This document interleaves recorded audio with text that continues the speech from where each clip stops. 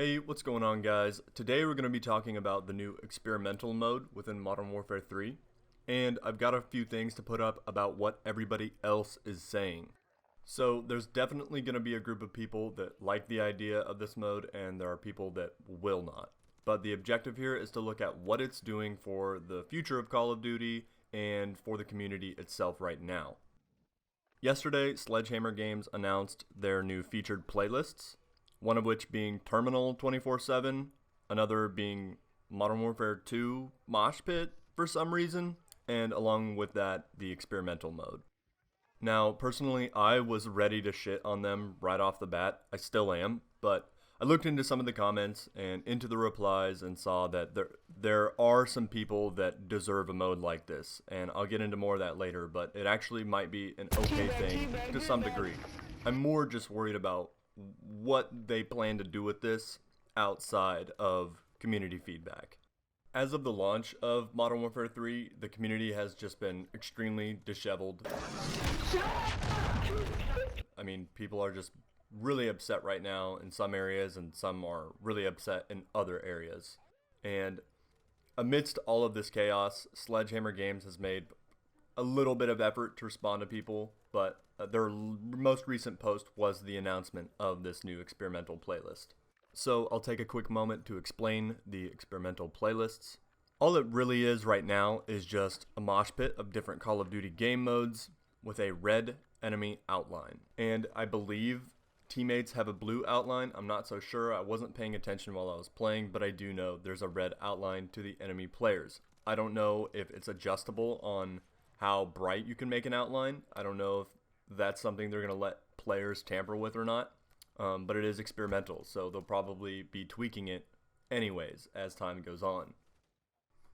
At the least, this mode, or playlist rather, is going to provide a really good in-depth conversation between the developer and the player. I really do believe that. I think it'll be really important for them to be able to succeed with whatever else they're going to do in the future, and whatever they plan on doing right now with this current game's roadmap. I think it's extremely important that this game finds a way to succeed. Otherwise, players are kind of going to be, they're going to dwindle. They're going to dwindle off. They're going to dwindle to other things.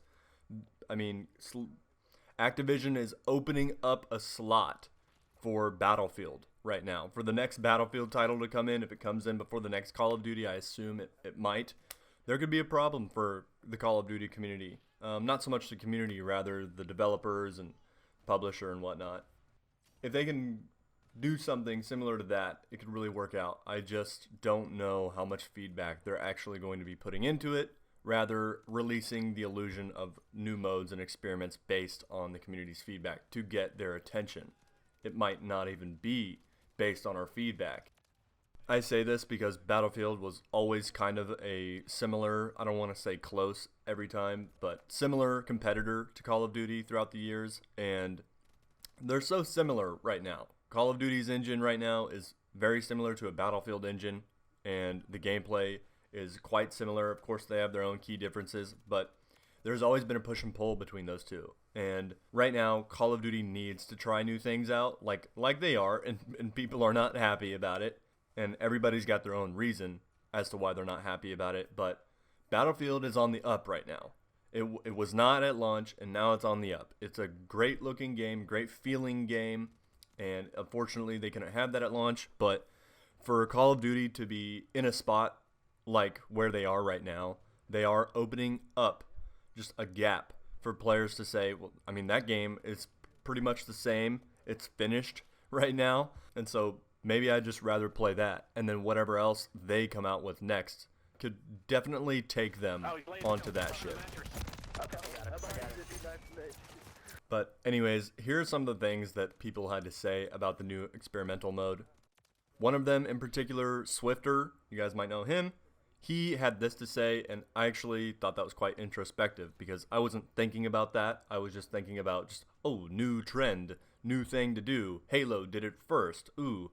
No, but he pointed out something that I didn't even think about, but a lot of older people and people with eyesight issues could really appreciate and benefit from this game mode. I think it makes it a little bit more fair for them because it doesn't change the game. And that's kind of the thing. It's people want a changed game, but they're very worried about what happens when they say we want a changed game. And this doesn't really change the game. The red outline is perfect for people that need it. And I think that game mode can be very beneficial to another niche of Call of Duty players, people that just prefer things like that. People are already putting in their ideas as to what they think a good experimental playlist would be, and I think that's great. I think that gives us a lot more opportunity for talk and conversation, and I think that's where this game mode is heading.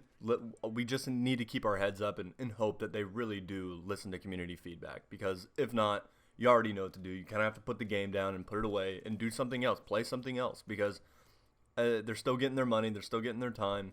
People are just, they're going to keep doing the same thing until people change themselves. Obviously, some people had some pretty good ideas, and then some people just want to play Modern Warfare 2019 again. And like I said, some of us are still pretty upset about other things. So with all these responses, you can already tell that there's room for conversation now.